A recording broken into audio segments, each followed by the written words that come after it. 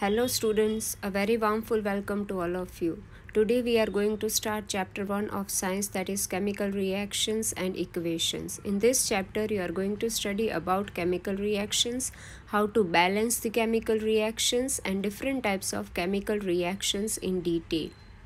Let us see what are chemical equations. A chemical equation is a symbolic representation of a chemical reaction. So we can say that a chemical reaction is symbolically represented in a chemical equation. So what is chemical reaction? The breaking and making of bonds between different atoms to produce a new substance is called a chemical reaction. So in a chemical reaction, two or more substances react with each other, and due to this reaction either bonds between them are breaking or new bonds are formed, and because of this a new product is formed. So the substances that undergo the chemical changes in the reaction are called reactants, and a new substance which is formed due to this making or breaking of bonds is called a product. Sometimes one or more than one products are also formed in a chemical reaction. Let us consider the chemical reaction. When magnesium ribbon burns in air, substance called magnesium oxide is formed. This reaction is represented in the form of chemical equation as magnesium plus oxygen gives magnesium oxide. Here magnesium ribbon is burning in air, means it is reacting with oxygen. So the reactants are magnesium and oxygen, and the substance formed is magnesium oxide, so it is product.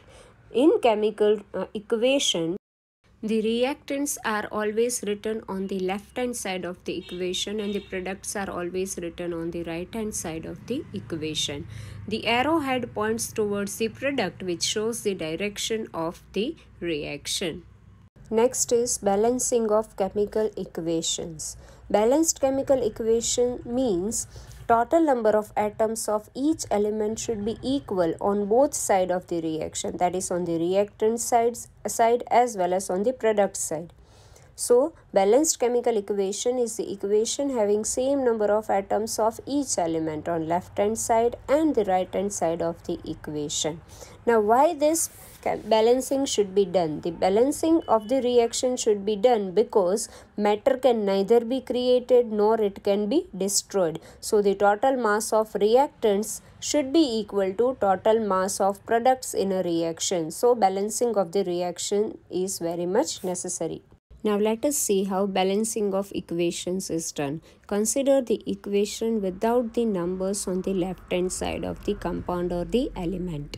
So consider the equation Fe2O3 plus Al gives Fe plus Al2O3. Now first of all we have to see which elements are present in the equation. So here Fe, that is iron, oxygen and aluminium are present in the reaction. First of all, we will consider left hand side, that is reactant side. We will see how many atoms of these elements are there. If we consider iron, you can see 2 atoms are there. There are 3 atoms of oxygen and 1 atom of aluminium is there. On the right hand side, that is on the product side, 1 atom of iron, 3 atoms of oxygen and 2 atoms of aluminium are there. Now if we consider Fe, that is iron, on left hand side 2 atoms are there and on right hand side only 1 atom is there. So in order to balance it, we'll multiply Fe by 2. You can see that I have written 2 before Fe. So now the iron atoms are balanced on both these sides. Here you can see oxygen atoms are already balanced. Now if you take aluminium, on left hand side there is 1 atom of aluminium is there, whereas on the right hand side 2 atoms of aluminium are there. So we'll multiply 2. So we'll multiply aluminium by 2. So we'll keep 2 before Al.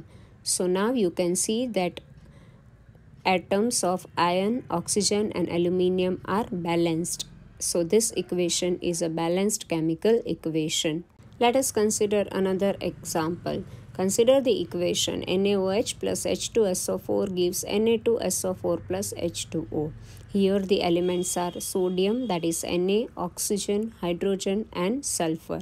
So let us see the number of atoms of each element on the reactant side, that is on the left hand side. If you take the left hand side, there is 1 atom of sodium, 3 atoms of hydrogen, 5 atoms of oxygen and 1 atom of sulfur. If you take the right hand side, that is the product side, there are 2 atoms of sodium, 2 atoms of hydrogen, 5 atoms of oxygen and 1 atom of sulfur. Now for balancing, first of all we will consider sodium. On left hand side there is 1 atom of sodium, whereas on the right hand side there are 2 atoms of sodium. So we'll multiply NaOH by 2. So we'll get 2 atoms of sodium. But when we'll multiply NaOH by 2, the number of atoms of oxygen and hydrogen will change. Now the number of atoms of hydrogen will become 4 and number of atoms of oxygen will become 6 on the left hand side. Now let us consider hydrogen. Now the number of atoms of hydrogen on left hand side is 4, whereas the number of atoms of hydrogen on right hand side is 2. So in order to balance it, we'll multiply H2O by 2. So now the number of atoms of hydrogen will become 4, but the number of atoms of oxygen will change on the right hand side. So now the number of atoms of oxygen on right hand side will become 6. So the oxygen atoms are already balanced and sulfur atoms are balanced in the equation only. So now our equation is a balanced chemical equation. Now let us see another example. Fe plus H2O gives Fe3O4 plus H2. Here the elements are iron, hydrogen and oxygen. Now let us see the number of atoms of these elements on the left hand side, that is on the reactant side. Here you can see that there is 1 atom of iron, 1 atom of oxygen and 2 atoms of hydrogen. If we consider right hand side, that is the product side, there are 3 atoms of iron, 4 atoms of oxygen and 2 atoms of hydrogen. So first of all we will try to balance iron atoms. On left hand side 1 atom of iron is there and on right hand side 3 atoms of iron are there. So we'll multiply Fe by 3. So now the iron atoms are balanced. Now let us consider oxygen atoms. Here on the left hand side there is 1 oxygen atom, whereas on the right hand side 4 oxygen atoms are there. So we will multiply H2O by 4. So number of oxygen atoms will become 4, but on multiplying H2O by 4, the number of hydrogen atoms on left hand side will change. Instead of 2, they will become 8. So now the number of atoms of hydrogen on left hand side is 8 and number of atoms of hydrogen on right hand side is 2 only. So we'll multiply H2 by 4 on the right hand side.